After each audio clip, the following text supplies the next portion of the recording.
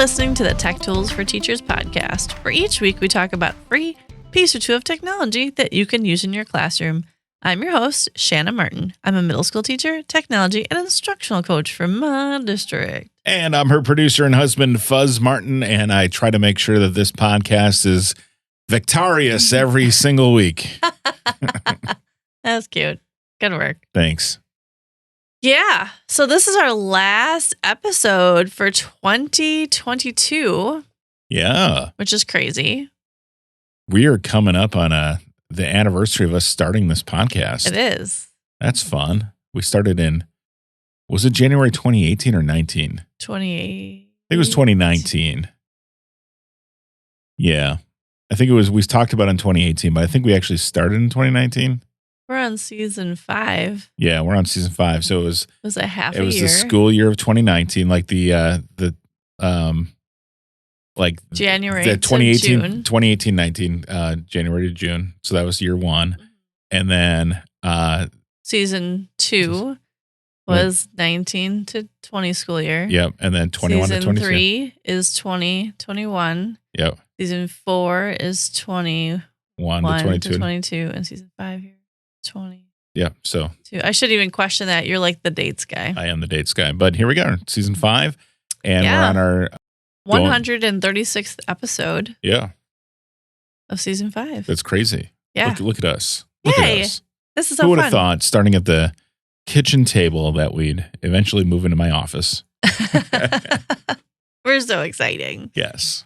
So holiday season chaos and crazy. So we have a fun site that is for 3D design today. Nice. And we've talked about 3D design before in several different episodes. So like episode 13, we talked about some 3D design. Episode 74, it comes in when we talk about STEM stuff. You know, I love a good 3D design site.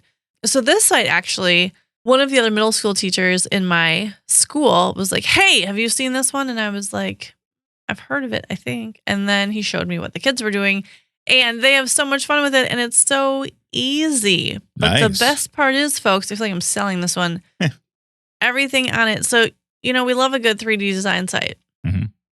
But the problem is a lot of them, like Inventor or things like that, you have to download them to the computer. Oh, yeah. This is completely in the cloud. So nice. All the projects are easily shareable. They're easy to open. The kids can finally design in 3D on their Chromebooks. You can do that with Tinkercad too. But this one just has a lot of the cool bells and whistles that you see in the more detailed 3D design sites. So now I've set it all up. It's called Vectary, or some people call it Vectary. I've heard it said both ways. And the website itself is vectary.com. So to me, it sounds like Vectary, but it could be Vectary. Yeah, I'd say Vectary sounds fine. So that's what we're talking about today. It's a really cool 3D design site. Kids can use it on their Chromebooks. It works well to transfer to 3D printers because we transfer all their designs to 3D printers at our school.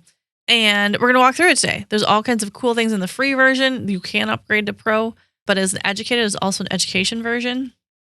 So you can sign up and say, hey, we have a class of kids and I want to create this.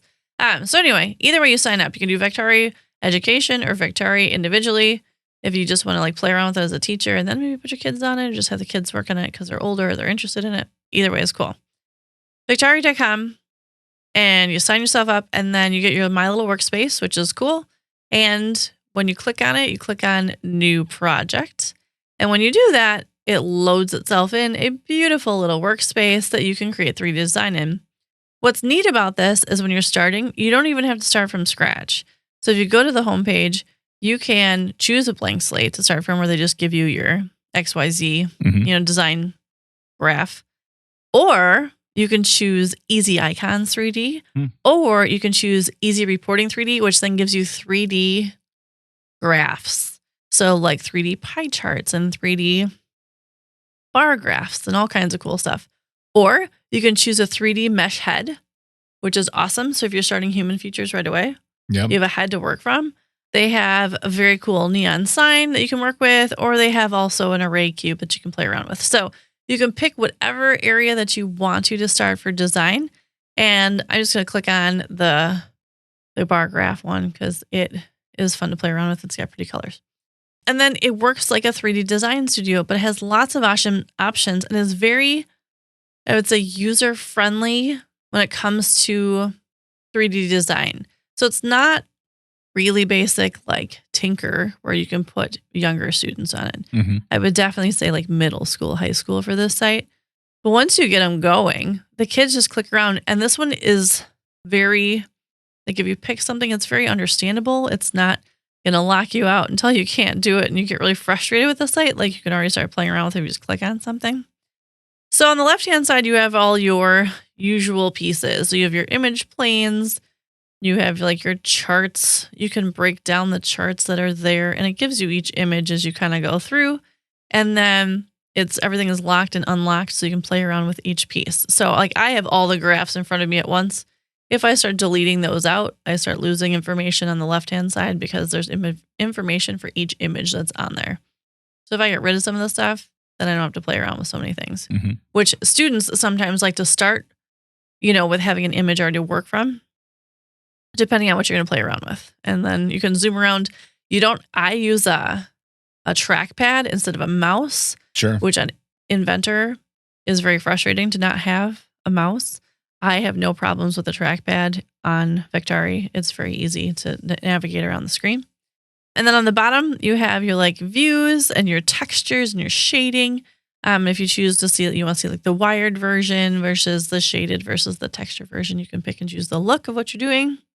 And then you have your grids and your designs and all of that kind of stuff and all that cool stuff.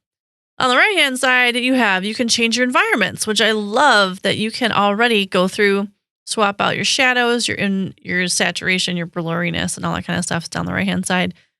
I appreciate that you can choose like shadowing already, and you don't have to like get into a final area to be doing the shadows and the backgrounds and the colors. Also, I love that they have pre-loaded textures. So if you click on like texture projection, you can choose if you want it to look like fabric, if you want it to look like stone. You can, like, these are in Glamour and Aquarius right now. They're in pretty colors, what I'm clicking on. But from there, then you can pick your color and then you can click edit and then you can like readjust shades and colors. I mean, there's so much that you can do. And they have a fantastic collection of how-to videos. So if you are never used 3D design before and you're kind of like, I want to try this or it looks kind of cool, but I don't know where to begin, this is a fantastic site because they have a whole YouTube channel that links you to, that can show you how to create different things within their videos, which is awesome and much appreciated. They also have very cool options where if you are editing and any way you want to escape, because sometimes you go down this texture path, which I find myself in like 50,000 colors, all these different textures, and I open up all the stuff I don't know what to do. You just hit the escape button and it gets you right back to where you want to be. And you can see just general information. But if you click advanced, it does have an option for augmented reality. Okay. Which is super cool. Now, I will tell you this. In the education version that the other teachers I know use, have no issue dropping it into augmented reality, and they project it on their phone so it looks like what the kids have designed are floating in their classroom. Oh, that's cool. Now, when I have created my own account, I didn't have that option unless I went pro. Okay. So just that's be aware too, that the education version allows you to have augmented reality for free in some capacity. If you just sign up for yourself, you have to be pro in order to get that augmented reality cool interface kind of deal. And then you can drop the kids' designs into classroom and then take a picture with it. Like, oh, like so-and-so, I just made a robot and it's sitting next to you. And then they take a picture of it and they put it on their Chromebooks and on their phones and they do things like that. So there's all kinds of cool things. And on the bottom, you also have the download image choice. So it really quickly creates your project, downloads it, and then you have it in your downloads. It's super easy. It also is super easy to share. Like you share a Google Doc where you just click to the share button. Yep. Today, here, you can do the same thing. Nice. So you have options of previewing, you have options of sharing, and you're able to do so where just like click on it. You can have the option to embed or copy links. As long as everything is saved, it allows you to play around with all of that. So lots of cool things that you can do with Vectary. It does max out. So the free version gives you like 10 designs, but that's a lot of designs to be working in 3D. Just delete one out if you have to. So there's a lot of options, a lot of ways to design. They start you, if you check out the YouTube channel, and you want to try this with your students, they start with showing you how to make a robot. And they walk you through step by step how to design. It's just a cute little simple, like cartoony looking robot, but they walk you through all the steps, how to add color, how to add texture. And again, all of their YouTube channel videos are awesome. They also have all kinds of extra tools along the top. So if you want to swap out your shapes and things like that, you can put point light on them. You can add like arrays and bends, and there's more tools on the top of the screen as well. So you are not lacking in access to stuff to make 3D designs. What are you making over there? I'm just a box. Yeah, but I'm just playing around with the things that you're talking about as you're doing them. Nice. Yeah, and it's pretty fun. And it's pretty user-friendly if you're just like clicking around on this and figuring it out as I'm talking about it. Yeah.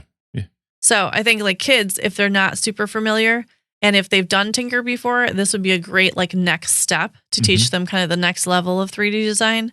And again, you can download, you can save them all, and they are 3D printer user-friendly because that's what we do with them at my school. That's a very good resource if you want to use this in the cloud and on Chromebook and not have to download any sort of software. Yep, and worry about different computers or computers that run faster programs and things like that. This is really an awesome way to do that. Do you know if this also, I assume it would run on a tablet as well, but is that? It does. You can run it on your phone.